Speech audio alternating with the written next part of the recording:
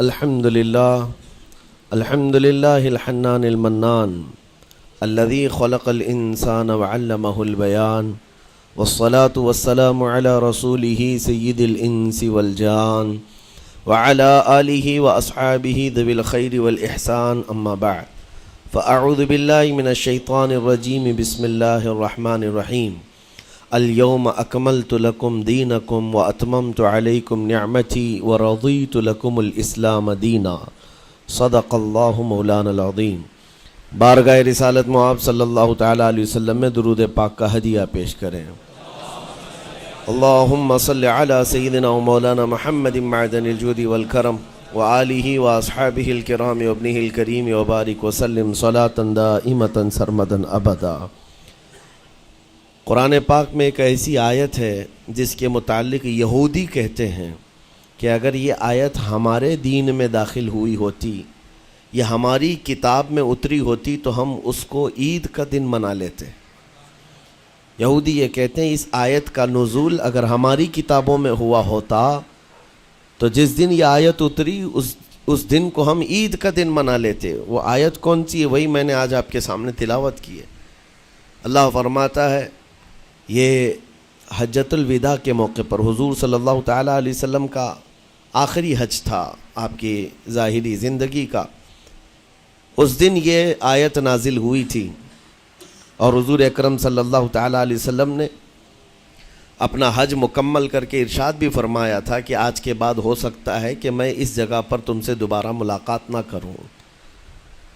اور وہ آخری حج کہا جاتا ہے اور آخری خطبہ بھی حضور کا خطبۃ الوداع جس کو کہتے ہیں مشہور ہے۔ اس وقت یہ آیت اتری تھی۔ آیت کا معنی پہلے سن لیں، ترجمہ۔ رب تعالیٰ فرماتا ہے الیوم اکملت لکم دینکم واتممت علیکم نعمتی، آج کے دن میں نے تمہارا دین مکمل کر دیا اور میری نعمتیں پوری اتار دیں۔ ورضیت لکم الاسلام دینا، اور تم کو اسلام دے کر میں راضی ہوا۔ یہ آیت ہے۔ کسی بھی دین کے بارے میں یہ دعویٰ نہیں ہے کہ وہ پورا کمپلیٹ ہے سوائے اسلام کے۔ پہلے جتنے دین آتے رہے بعد میں اور اس میں شوشہ تھا کہ آخری نبی آنے والے ہیں، شریعت پھر بدلے گی۔ موسیٰ علیہ السلام کا زمانہ آیا، ان کی شریعت تھی، پھر اس کے بعد زمانہ تبدیل ہوا، عیسیٰ علیہ السلام کا دور آیا، شریعت بدلی ہے۔ عقیدہ نہیں بدلتا، شریعت یہ لا کو کہتے ہیں، قوانین بدلے جاتے رہے۔ آدم علیہ السلام کی شریعت میں الگ قوانین تھے، نوح علیہ السلام کی شریعت میں قانون الگ تھے، بدلتی گئی شریعتیں، لیکن آ کر سٹاپ ہو گئی حضور پاک صلی اللہ علیہ وسلم کے اس دین پر۔ اور پھر رب تعالیٰ نے فرمایا اب دین کمپلیٹ ہو گیا، اب شریعت نہیں بدلی جائے گی قیامت تک، اس میں رد و بدل نہیں ہوگا۔ جو حرام ہے وہ قیامت تک حرام رہے گا، جو حلال ہے وہ قیامت تک حلال رہے گا۔ اب کوئی دنیا میں نہیں آئے گا جو اس شریعت میں کوئی نیا حلال پیدا کرے، نیا حرام پیدا کرے۔ حضور اکرم صلی اللہ تعالیٰ علیہ وسلم کا یہ دین کمپلیٹ ہے، مکمل ہے۔ اب آپ سنیے، قرآن پاک نے جب یہ فرما دیا کہ دین مکمل ہو گیا، یہ وعدہ، یہ دعویٰ کسی اور دین میں نہیں ہے، صرف اور صرف اسلام میں ہے کہ یہاں پیدا ہونے سے لے کر کے وفات تک کے مسئلے اللہ تعالیٰ نے تمہیں بیان کر دیے۔ وَلَا رَطْبٍ وَلَا يَابِسٍ إِلَّا فِي كِتَابٍ مُبِينٍ، کوئی خشکی کی چیز بھی نہیں ہے، کوئی تری کی چیز بھی نہیں ہے جس کو قرآن نے بیان نہ کیا ہو۔ رب تبارک و تعالیٰ نے ساری چیزیں بیان فرما دی، تمہاری شریعت کمپلیٹ ہے۔ آج تمہیں اپنی زندگی گزارنے کے لیے لا، قانون کسی ایرے غیرے کے پاس سے لینے کی ضرورت نہیں۔ اسلام ہر قانون تمہیں دیتا ہے، چاہے بچوں کے معاملات ہوں، چاہے جوانوں کے معاملات ہوں، شوہر بیوی کے حقوق ہوں، ماں باپ کے حقوق ہوں، استاد شاگرد کے معاملات ہوں، پڑوسیوں کے حقوق ہوں، تجارت کے، لین دین کے، نکاح کے، خلا کے، عدت کے، طلاق کے، سارے مسائل پورا کا پورا تفصیل کے ساتھ اسلام تمہیں دیتا ہے۔ اس طرح کا کوئی لا پوری دنیا میں نہیں ہے جس طرح اسلام کے پاس ہے۔ ظاہر سی بات ہے جب اسلام کے پاس اتنا بڑا مکمل نظام ہوگا تب تو پھر یہ ٹارگٹ نمبر 1 پوری دنیا میں ہوگا ہی ہوگا۔ یوں ہی اسلام سے لوگ نہیں چڑھتے، یوں ہی اسلام سے نہیں نفرت کرتے۔ ظاہر سی بات ہے کہ حسینوں سے ہی حسد ہوتا ہے، کوڑی سے کون حسد کرے گا؟ جس کو کوڑ کی بیماری ہو اس سے کوئی حسد نہیں کرتا۔ ایک حسین دوسرے حسین سے بھی نفرت کرتا، حسد کرتا ہے، یا کم صورت والا اچھی صورت والے سے حسد فطری طور پر کرتا ہے۔ اسی لیے محاورہ کہا گیا ہے کہ حسینوں سے حسد ہوتا ہے، تو اسلام میں جو حسن ہے تو جتنے جلنے والے ہیں اتنے زیادہ حسد کرنے والے پیدا ہوتے ہی رہیں گے۔ اب آپ کے لیے یہ فخر کی بات ہے کہ دنیا جسے ٹارگٹ نمبر 1 کہتی ہے، جس سے چڑھتی ہے اور جلتی ہے، الحمدللہ رب تبارک و تعالیٰ نے وہ دین ہمیں عطا فرمایا۔ وہ اس لیے نہیں ہے کہ لوگوں کے چڑھنے کی وجہ سے میں فخر کر رہا ہوں، اس لیے کہ میرے دین کے علاوہ کوئی دین ایسا نہیں جو یہ دعویٰ کر سکے کہ ہم کمپلیٹ لا رکھتے ہیں، صرف اور صرف اسلام کے پاس ہے۔ میں یہاں کھڑے ہو کر کے یہ صرف الفاظ کی پھیکم پھاک نہیں کر رہا ہوں، چیلنج ہے یہ۔ پوری دنیا کے کسی بھی ریلیجن کے پاس وہ سارے مسائل نہیں مل پائیں گے جو دین اسلام کے پاس موجود ہیں۔ دین اسلام کے لیے اگر آپ کو میں بتا دوں کہ اس کا جو فقہ کا نظام ہے، مسئلے مسائل، جس کو اگر آپ پڑھنے کی کوشش بھی کریں زندگیاں بیت جائیں، صرف اور صرف ایک چیپٹر پر کتابیں لکھی ہوئی ہیں، صرف نکاح کے مسئلے کتابیں پوری ہیں، صرف طلاق کے مسئلے پوری کتابیں موجود ہیں۔ اتنا وستار کے ساتھ، اتنا تفصیل کے ساتھ کوئی دین نہیں پیش کرتا، صرف اور صرف اسلام ہے۔ یہ باتیں میں آپ کے سامنے کیوں رکھ رہا ہوں میرے عزیز ہو؟ تاکہ تمہیں یہ احساس ہو کہ اللہ نے کون سی نعمت تمہیں دی ہے۔ اسی آیت میں رب تعالیٰ فرماتا ہے وَأَتْمَمْتُ عَلَيْكُمْ نِعْمَتِي، میں نے اپنی پوری نعمت تمہیں دے دیا ہے، پوری نعمت تمہیں دے دیا ہے۔ احساس کرو کہ اسلام سے بڑھ کر نعمت کیا ملتی تمہیں، اسلام سے بڑھ کر کے کیا نعمت ہے، جس میں رب تبارک و تعالیٰ نے تمہیں اخلاق و کردار دیے ہیں، تعلیم کے لیے سارے۔ آپ کو ابھی اس زمانے میں پروپیگنڈے کے شکار ہو گئے کہ ہم جاہل قوم سے وابستہ ہیں، ہمارے ہاں جہالت زیادہ ہے، ہمارے ہاں بد کرداری زیادہ ہے۔ یہ عوام کو دیکھ کر کے لوگوں نے پروپیگنڈا بنایا، ورنہ تو ان کی حالت یہ تھی 18ویں صدی تک یورپ والوں کو روڈ بنانے کا طریقہ بھی نہیں معلوم تھا، اسلام نے سکھایا ہے۔ ان کو پارلیمنٹ میں بیٹھنے کا قانون نہیں معلوم تھا، اسلام نے قانون عطا کیے ہیں۔ ان کو عدالت چلانے کے معاملے معلوم نہیں تھے، اسلام نے پوری کتابیں پیش کی ہیں۔ اٹلی اور ڈنمارک جو آج یورپ کی کنٹریز میں شامل ہوتے ہیں، یہاں کے بادشاہوں کے بچے اسلامی علماء کے پاس اندلس میں پڑھنے کے لیے جاتے تھے، عیسائیوں کے، دوسروں کے، انگریزوں کے بچے، اور جب پڑھ کر کے آتے تھے اٹلی اور ڈنمارک میں واپس تو پورے لوگ ان کو دیکھنے کے لیے بھیڑ لگاتے کہ یہ علماء اسلام سے پڑھ کر کے آ رہے ہیں۔ دنیا کو قلم پکڑنا سکھایا ہے اسلام نے۔ آپ کو ابھی میں اس موضوع پر نہیں بات کر رہا ہوں جو اسلام نے پوری دنیا کو دیا ہے۔ آج یہ جو گھڑی دیکھتے ہیں نا ہر جگہ پوری دنیا کا ٹائم، سب سے پہلے مسلم علماء نے اس کو ایجاد کیا ہے۔ دنیا کو ٹائم دیکھنے کا طریقہ اسلام نے سکھایا ہے۔ آپ کو ایک دو نہیں، آج پوری دنیا میں میڈیکل سرجری جو بھی ہوتی ہے، آپ کو پتہ ہے چیر پھاڑ کرنا ہر جگہ ضروری ہو گیا ہے، آپریشن تھیٹر، ساری دنیا جو سرجری کرتی ہے اس کے بیسک قانون بو علی سینا اسلامی عالم کے لکھے ہوئے ہیں۔ آج بھی امریکہ کی یونیورسٹی میں یہ کتاب داخل ہے، کیلیفورنیا میں۔ اسلامی علماء نے جو پوری دنیا کو دیا ہے وہ ایک الگ ٹاپک ہے۔ وہ اس کی ترقی اور عروج کا وقت تھا۔ اسپین میں کیمسٹری میں سب سے پہلے ایجاد کرنے والے علماء موجود ہیں، جابر بن حیان ہیں، جو الجبرا پوری دنیا کو دیا ہے۔ آج ہر یونیورسٹی، ہر کالج میں الجبرا کا سبجیکٹ ہوتا ہے۔ کس نے لکھا ہے؟ دنیا کو چلنے کا سلیقہ اسلام نے سکھایا ہے، بولنے کا طریقہ اسلام نے سکھایا ہے۔ سیاست کے معاملات آپ کو پتہ ہے، پہلے کے دور کی سیاست یہ تھی جو بادشاہ بن گیا اس کا راج ہے، اس کا قانون ہے، اور رات کو خواب میں کوئی چیز دیکھے تو صبح قانون بنا دے گا۔ بادشاہوں کا مزاج ہے، خواب میں کوئی چیز نظر آ گئی صبح وہ قانون بن گئی۔ تو یہ تو سلسلہ چلتا تھا پوری دنیا میں، اور آج بھی دنیا اس بات کی قرضدار ہے کہ حقیقت میں سیاست کسی نے سکھائی ہے تو وہ عمر ابن خطاب کی سیاست ہے۔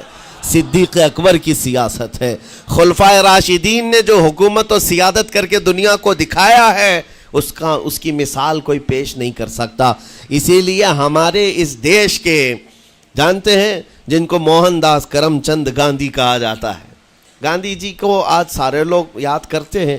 گاندھی نے یہ کہا ہے اپنے دور کے حکومت چلانے والوں کو مثال اگر کوئی دے سکتا ہوں تو ابو بکر اور عمر کی دے سکتا ہوں، کیونکہ یہ کالپنائیں نہیں ہیں، یہ خیالی نہیں ہیں، یہ فیلڈ میں اترے ہوئے لوگ ہیں۔ وہ صدیق اکبر اسلام نے دیا ہے جس نے پوری دنیا کو فاقہ کشی میں خود رہ کر کے لوگوں کی بھوک مٹانے کا سلیقہ عطا کیا ہے۔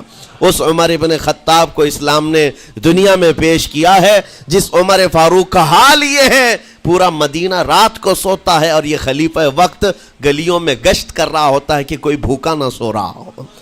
آپ کو پتہ ہے وہ عمر ابن خطاب رات کے وقت گزرتے ہوئے ایک گھر کے قریب سے جا رہے ہیں تو دیکھا ایک مرد باہر بیٹھا ہوا ہے، اندر سے رونے کی آواز آ رہی ہے۔ اس کے مرد سے پوچھا آپ نے، وہ نہیں پہچانتا تھا، آپ کبھی حجاب ڈالتے کبھی پردہ ڈالتے اور رات کو گلیوں میں مدینے کے گشت کر رہے ہوتے۔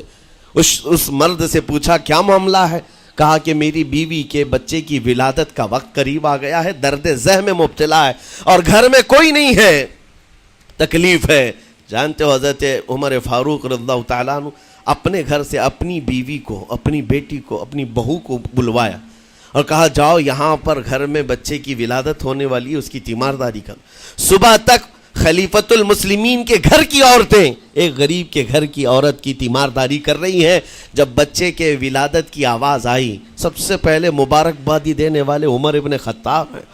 اس سے کہتے بھائی تمہیں مبارک ہو، اللہ نے بیٹا عطا فرمایا۔ وہ خوش و خرم ہے کہ میرا کوئی رشتہ دار نہیں ہے، اجنبی رات کو آیا ہے اور مجھے مبارکبادی بھی دیا، میرے گھر کے سارے کام کاج بھی اٹھا لیا اور اپنی پیٹھ پر گھر سے بوریا لا کر کے آٹے اور راشن کا اس گھر میں پہنچایا اور کہا خوش و خرم رہو، اللہ نے تمہارے گھر میں برکت دی ہے۔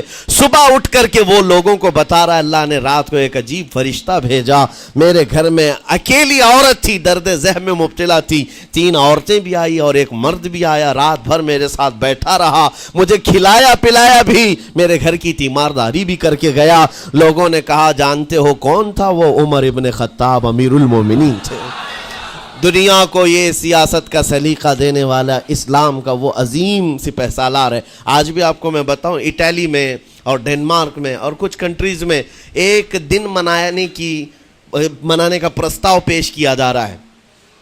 یہ نہیں کہہ رہا ہوں ریچرڈ کا یا ریمونڈ کا، کوئی جو بڑے بڑے ان کے سپہ سالار ہیں ان کا ایک دن منایا جائے گا جن کو مطلب کوئی بہت بڑا نوبل پرائز ملا ہو۔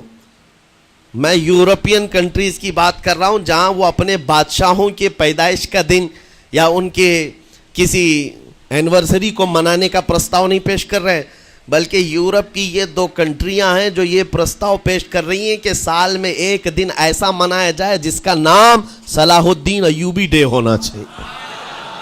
یہاں ہم نہیں کہہ رہے ہیں، دنیا آج بھی اس بات کو تسلیم کرتی ہے، صلاح الدین جیسا جرنیل دیکھا نہیں ہے۔ عزیزان گرامی وقار، یہ چند مثالیں میں آپ کے سامنے رکھا اور اس کے بعد پھر میں تمہیں جھنجھوڑ کر پوچھتا ہوں، اپنے دل پر ہاتھ رکھ کر کے بتاؤ اسلام سے اچھا کوئی راستہ ہے؟ قرآن یہی کہتا ہے وَمَن يَبْتَغِ غَيْرَ الْإِسْلَامِ دِينًا فَلَن يُقْبَلَ مِنْهُ، جو اسلام کے علاوہ دوسرا راستہ لے کر کے آئے گا قیامت کے دن اس کا کوئی قبول نہیں کیا جائے گا، نہیں قبول کیا جائے گا، بلکہ وہ سب سے بڑے گھاٹے میں ہوگا، آخرت کے دن خسارہ اٹھانے والوں میں ہوگا۔ آج تمہارے پاس وہ عقل سلیم اللہ تعالیٰ نے دیا، جس کو تھوڑی بہت شدھ بدھ ہونا، عقل کا استعمال کرتا ہو، وہ بھی اسلام کے متعلق سوچے گا کہ میرے دین میں اتنی اچھائیاں ہیں، آج تک رب تعالیٰ نے مجھے یہ پیشانی کسی کے سامنے جھکنے نہیں دیا۔ کہیں جھکاتے ہو؟ ارے کھانا کھاتے ہیں، کھانا تو روزانہ ضروری ہے، اور رزق کے معاملے میں تو لوگ ایسے دنیا کہتی ہے پیٹ پوجا، ہم پیٹ پوجا نہیں کہتے۔ کھانے کے لیے بعض لوگ کہتے ہیں نا پہلے پیٹ پوجا ہو جائے، پوجا کا لفظ ہی ہم استعمال نہیں کرتے۔ کھانا برتن میں رکھا ہوا ہے، آپ کے گھر میں کھانا لا کر کے دیا جاتا ہے تو کیا آپ سر جھکا کر چاٹ کے کھاتے ہیں یا لقمے اٹھا کر ہاتھ سے کھاتے ہیں؟ ہاتھ سے کھاتے ہیں۔ باقی جانوروں کو دیکھو، بکری کھاتی ہے منہ جھکا کر کھاتی ہے، بیل بھینس وغیرہ سب سر جھکا کر کے کھاتے ہیں، رزق کو چاٹ کے کھاتے ہیں، ان کا سر جھک جاتا ہے، لیکن تمہارے سر کو رب نے اتنا محترم رکھا کہ روز جو تمہیں رزق کی ضرورت ہے اس کے سامنے بھی مت جھکاؤ. سر جھکانا ہے تو رزق کے سامنے نہیں، رزاق کے سامنے جھکایا جائے. تمہاری پیشانی کو محترم رکھا گیا ہے کہ تم جھکو گے تو کس کے سامنے؟ صرف رزاق جو ہمارا پالنہار حقیقی ہے. اور حد تو یہ ہے میرے عزیزو، یہ دنیا کی واحد قوم ہے، یہ واحد مذہب ایسا ہے، یہودی ہوں، عیسائی ہوں، ہندو ہوں، کوئی بھی ریلیجن آپ لے کر کے آئیں، جس کو وہ بہت زیادہ مانتے ہیں یا جس کو گاڈ کہتے ہیں یا جس کو بھگوان کہتے ہیں، ان کی صورت بھی ہوگی، مورت بھی ہوگی، اور سامنے دیکھتے ہیں اور جھکتے ہیں، عبادت کرتے ہیں. لیکن تنہا مسلمان ایسے ہیں، کروڑوں مسجدیں ہوں گی، کہیں خدا کی کوئی تصویر دیکھا ہے؟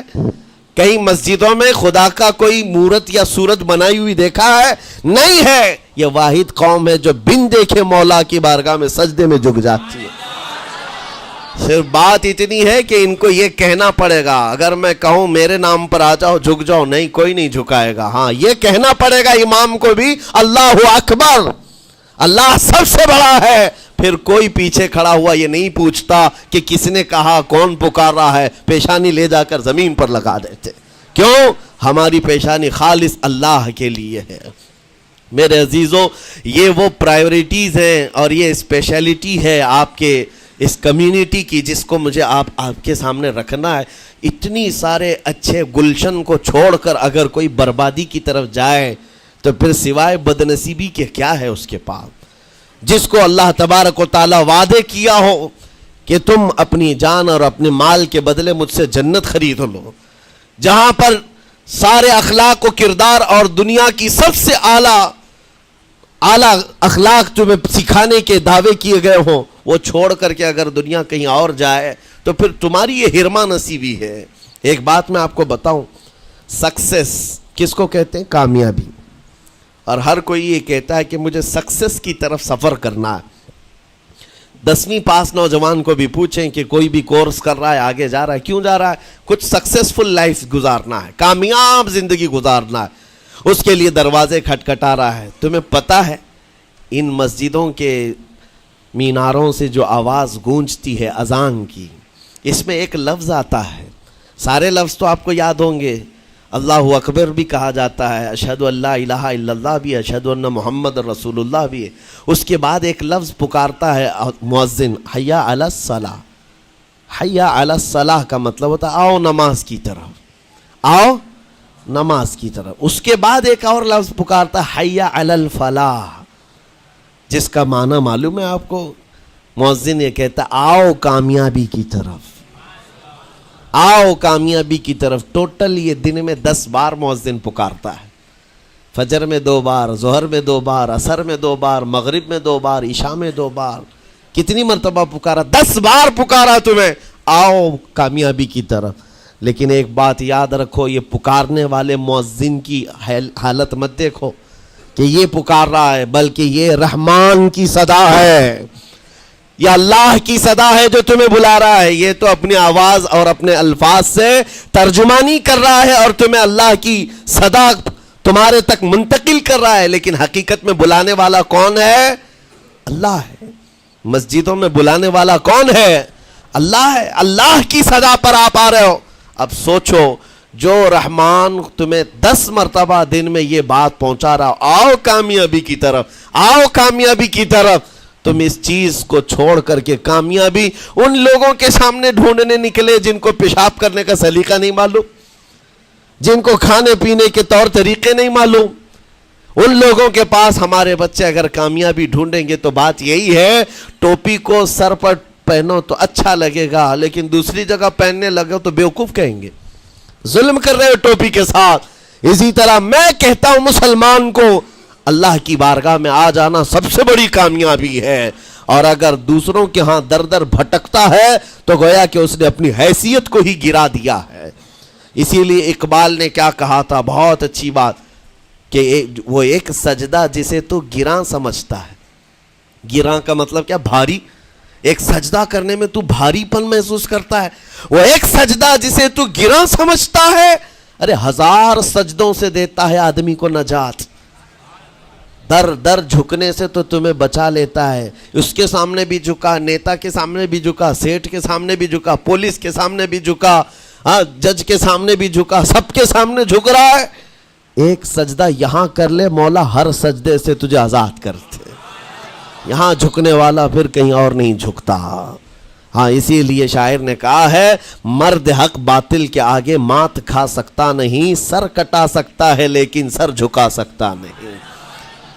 یہ ہماری تاریخ ہے جو آپ کے سامنے ہے۔ آپ کو پراؤڈ فیل ہونا چاہیے کہ رب تعالیٰ نے مجھے کون سی بڑی نعمت عطا کی، اتنی عظیم نعمت ہے۔ ایک واقعے کے ساتھ میں اپنی گفتگو کو آپ کے اندر ڈالنے کی کوشش کرتا ہوں۔ حضور پاک صلی اللہ تعالیٰ علیہ وسلم کے دین کی حلاوت اور چاشنی کس کو ملے گی پتہ ہے؟ 3 چیزیں۔ جو ایمان کی لذت جس کو ملتی ہے وہ پھر دوسری جگہ نہیں منہ مارتا، ادھر ادھر نہیں دیکھتا کہ کہاں کامیابی ہے، کہاں سکسیسفل ہے، بلکہ جس کو ایمان کی لذت ملی ہے وہ یہ سوچتا ہے کامیابی میرے نبی کے قدموں میں ہے، مجھے جو ملنا ہے وہ یہیں سے ملنا ہے۔ بریلی کے امام کہتے تھے، یا رسول اللہ خلق کے حاکم ہو تم، رزق کے قاسم ہو تم، جو ملا تم سے ملا تم پہ کروڑوں درود، اور تم ہو حفیظ و مغیث، یا رسول اللہ تم ہو حفیظ و مغیث، کیا ہے وہ دشمن خبیث، تم ہو تو پھر خوف کیا، تم پہ کروڑوں درود۔ یہ ایمان کی لذت جسے مل جاتی ہے وہ کامیابی حضور کے قدموں میں ہی دیکھتا ہے، پھر اسے ادھر ادھر کی چیزیں نہیں پریشان کرتی۔ یمن کا ایک قبیلہ تھا بنو کلب، اس قبیلے کے ایک شخص تھے حارثہ نام، ان کی بیوی سعدہ۔ ایک چھوٹا سا واقعہ بتا رہا ہوں۔ حارثہ اور سعدہ چھوٹا سا خاندان تھا، 3 بچے تھے۔ حارثہ کے بیٹوں میں ایک بیٹے کا نام ہے زید، نام یاد رکھے ہیں، بہت امپورٹنٹ نام میں ذکر کر رہا ہوں۔ ایک ہی نام ایسا ہے جو قرآن میں آیا ہوا ہے، وہ زید۔ یہ حارثہ کے بیٹے زید ہے، بیوی سعدہ ہے۔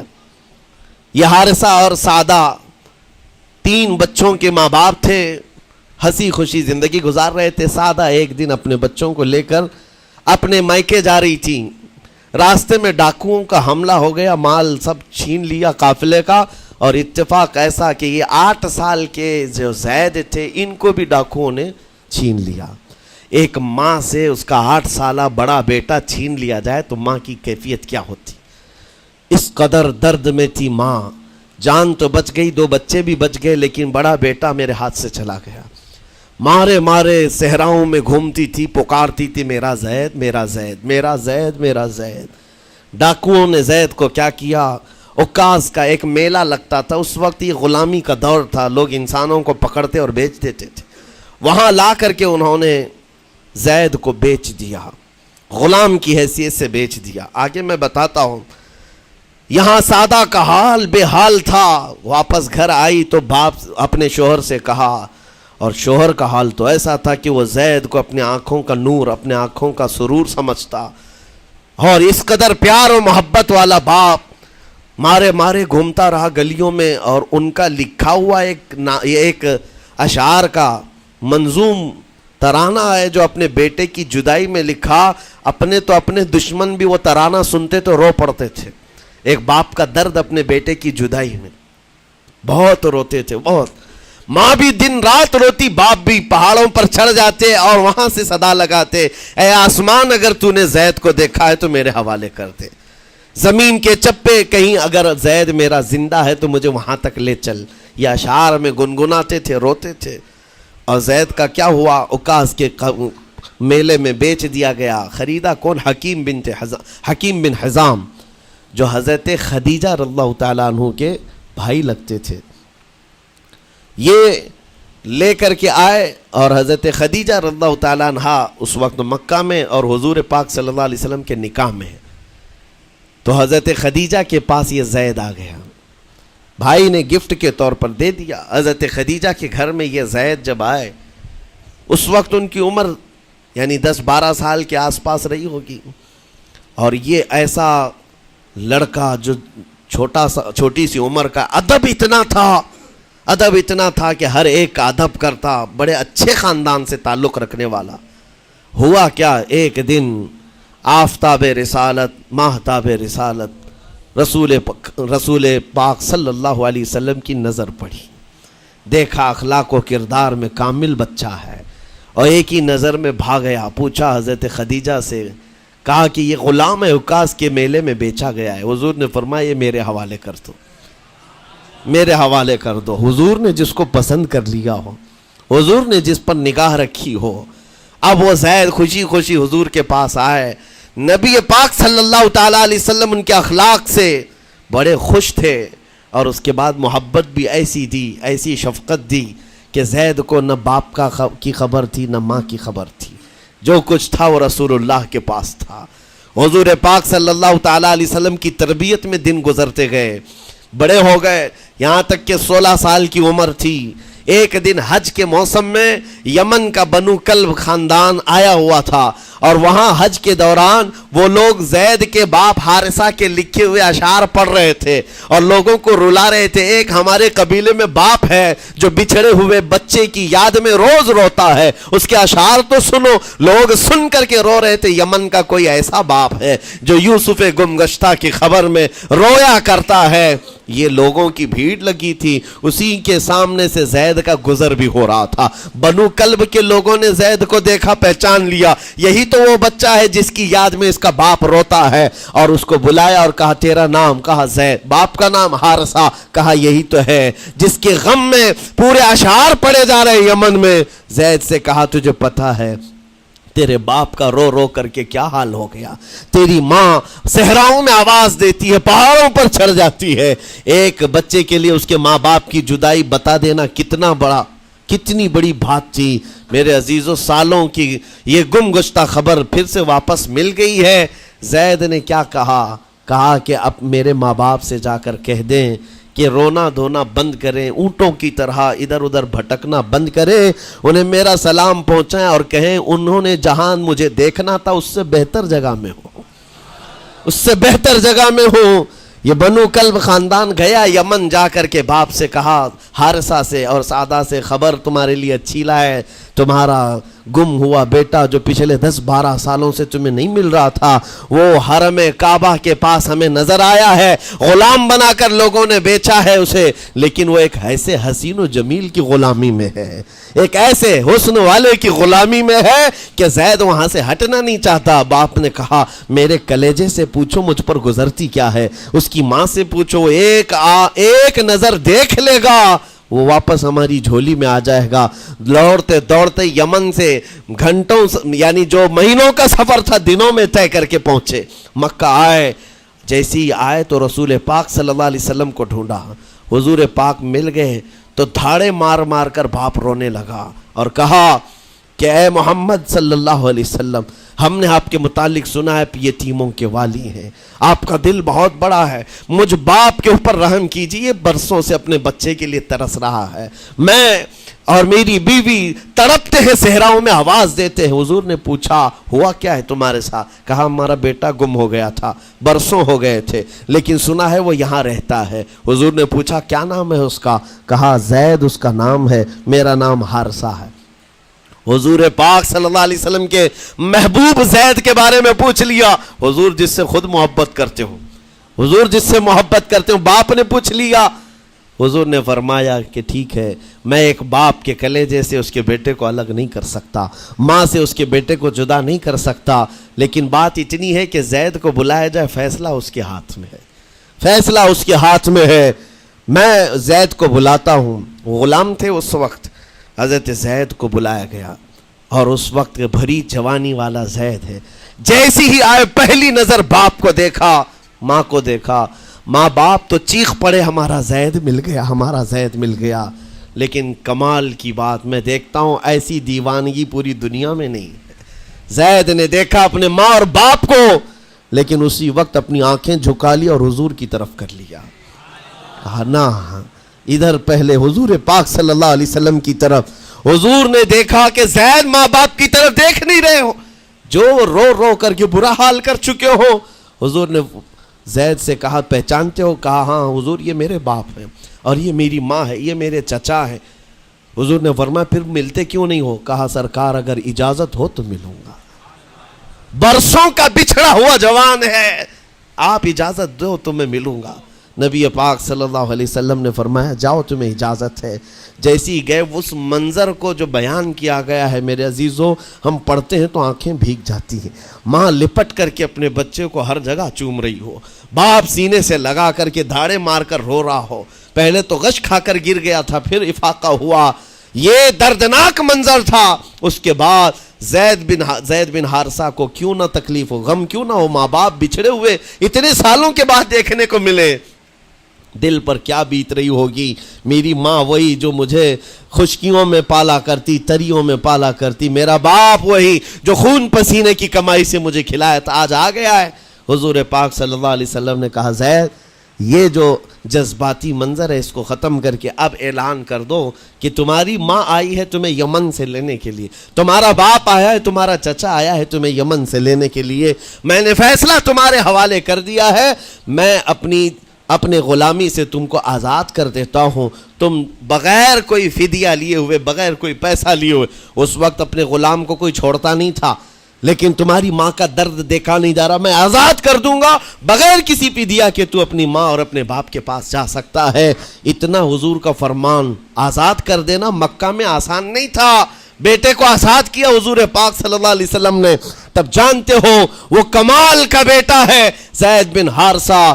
اسی وقت اپنی ماں کو دیکھتے ہیں، باپ کو دیکھتے ہیں، چچا کو دیکھتے ہیں، اور اس کے بعد مکہ والے یہ منظر دیکھنے کے لیے جمع تھے، مخاطب ہو کر کے کہتے ہیں اے سارے مکہ والوں گواہ ہو جاؤ میں اپنی زندگی حضور محمد مصطفیٰ کے لیے وقف کر دیا ہے، میں نے محمد عربی صلی اللہ علیہ وسلم کے لیے زندگی وقف کر دی ہے، نہ مجھے یمن جانا ہے، نہ مجھے بنو کلب جانا ہے۔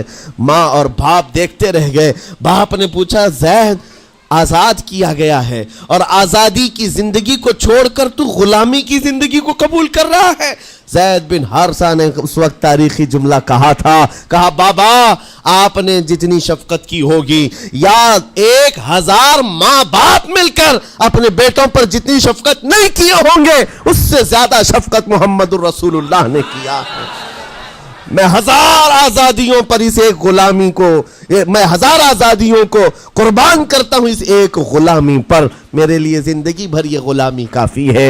اتنا کہا تھا میرے آقا صلی اللہ علیہ وسلم نے اپنے باہوں کو پھیلا دیا، سینے سے لگایا اور زید بن حارثہ کو لے کر خانہ کعبہ کے پاس آئے۔ میرے عزیزوں ان کا حال بھی ایسا ہے کہ اگر کوئی ٹوٹ کر چاہتا ہے تو یہ نہیں ہے کہ تو چاہ رہا ہے، بلکہ ان کا حال یہ ہے اتنا دیا سرکار نے مجھ کو جتنی میری اوقات نہیں، یہ تو ان کا کرم ہے ورنہ مجھ میں تو ایسی بات نہیں۔ آتا ہے فقیروں پہ انہیں پیار کچھ ایسا، خود بھیک دے اور خود کہے منگتے کا بھلا ہو۔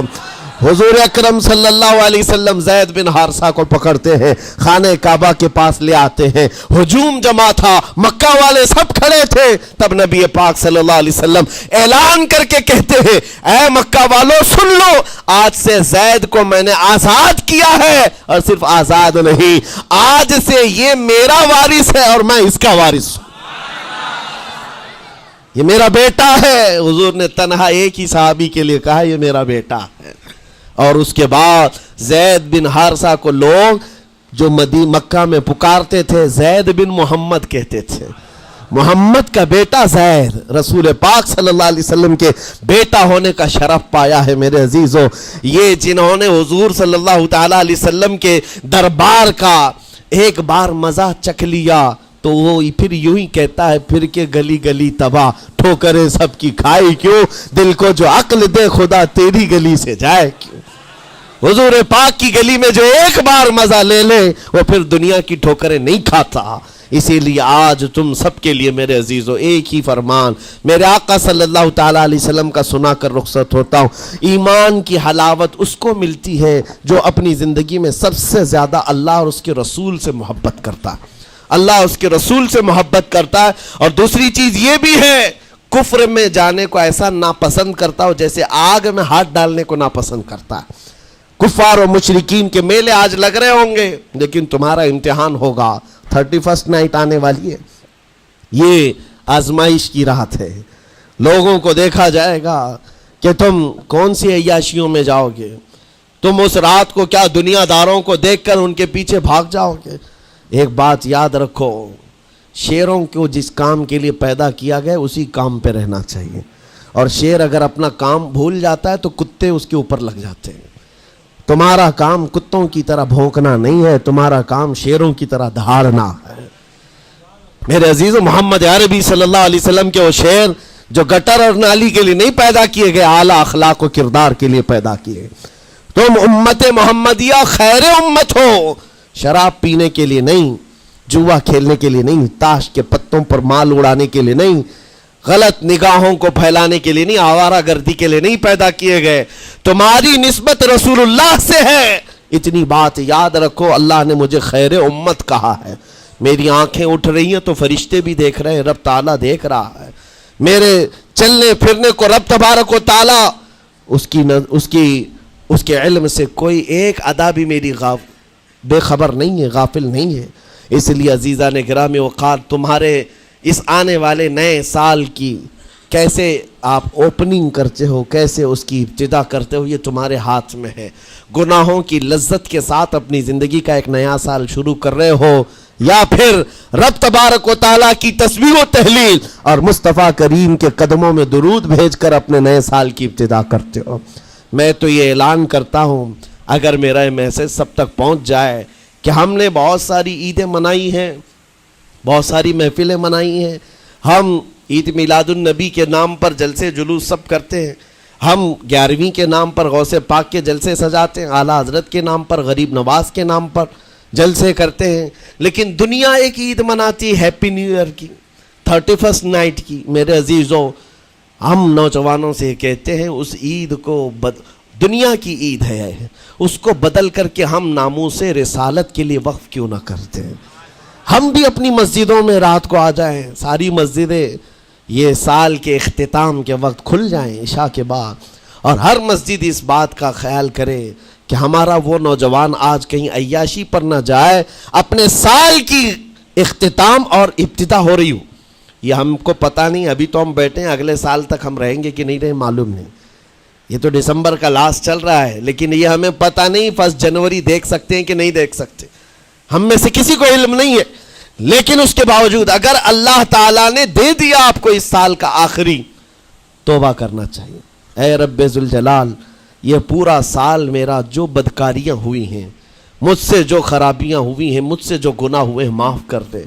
تو ایک نیا سال میری زندگی میں کھول رہا ہے. مولا، پچھلے سال جو مجھ سے گناہ ہوئے، اس سال وہ گناہ نہ ہو. میں تیرے دربار میں پناہ مانگتا ہوں، تیرے دربار کی پناہ مانگتا ہوں ان تمام شیاطین کے شر و فساد سے جنہوں نے مجھے بدکار بنانے کی کوششیں کی ہیں.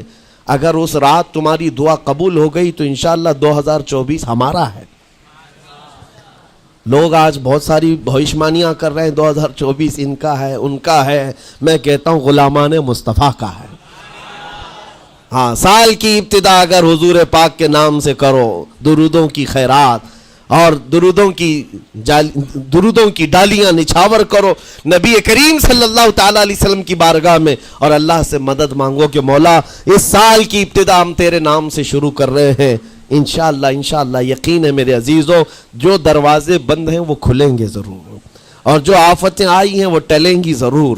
بس بات صرف اتنی ہے، قرآن بھی کہتا ہے، جس کی ترجمانی اقبال کرتا ہے کہ محمد سے وفا تو نے، تو ہم تیرے ہیں. یہ جہاں چیز ہے کیا، اے لوح و قلم تیرے ہیں. اللہ کریم کہنے سننے سے زیادہ عمل کی توفیق عطا فرمائے. نوجوانوں سے گزارش ہے، آج آپ یہاں پر تو پتہ نہیں ہے کمیٹی والے اس بات کی اجازت دیتے ہیں کہ نہیں دیتے، لیکن 31st نائٹ جو آئے گی، میری گزارش ہے کہ آپ مسجد کو کھلی رکھیں. اس رات یہاں ذکر کی محفل سجائی جائے، کریں گے انشاءاللہ. جو جہاں ہے وہ اپنی مسجدوں میں اس بات کا عہد کرے کہ آج ہم ذکر کریں گے، توبہ اور استغفار کریں، اور حضور پر درود پاک کی محفل سجائیں گے. اللہ تبارک و تعالیٰ آپ کے اس عزم کو قبول فرمائے. مولا کریم ہمیں رسول پاک صلی اللہ علیہ وسلم کے قدموں میں کامیابی ڈھونڈنے کی توفیق دے. مولا کریم بس اتنی دعا ہے کہ ہماری زندگی جب تک رہے تیرے نبی کے وفاداروں میں شمار فرما، اور بارگاہ مصطفیٰ میں یہ عریضہ ہے، یا رسول اللہ تیرے ٹکڑوں پہ پلے غیر کی ٹھوکر پہ نہ ڈال، جھڑکیاں کھائیں کہاں چھوڑ کے صدقہ تیرا، تو جو چاہے تو میل میرے دل کے دھلے، کہ خدا دل نہیں کرتا کبھی میلا تیرا، گندے نکمے کمی مہنگے ہیں کوڑی کے تین، کون ہمیں پالتا تم پہ کروڑوں درود، بے ہنر و بے تمیز کس کو ہوئے ہیں عزیز، ایک تمہارے سوا تم پہ کروڑوں درود، تم ہو عفو و غفور، تم ہو عفو و غفور، بخش دو جرم و خطا تم پہ کروڑوں درود، کر کے تمہارے گناہ مانگے تمہاری پناہ، تم کہو دامن میں آ تم پہ کروڑوں درود، یا رسول اللہ دل بے چین ہے بے قرار ہے، گناہ جب زیادہ ہوتے ہیں تو دلوں میں گھبراہٹ زیادہ ہوتی ہے، اور ان دلوں کی گھبراہٹ کا علاج ڈاکٹروں کی گولیوں اور انجیکشن سے نہیں ہے، ان دلوں کا قرار صرف اتنا ہے، یا رسول اللہ دل کرو ٹھنڈا میرا، وہ کفے پا چاند سا سینے پہ رکھ دو ذرا تم پہ کروڑوں درود، وآخر دعوانا الحمدللہ رب العالمین، السلام۔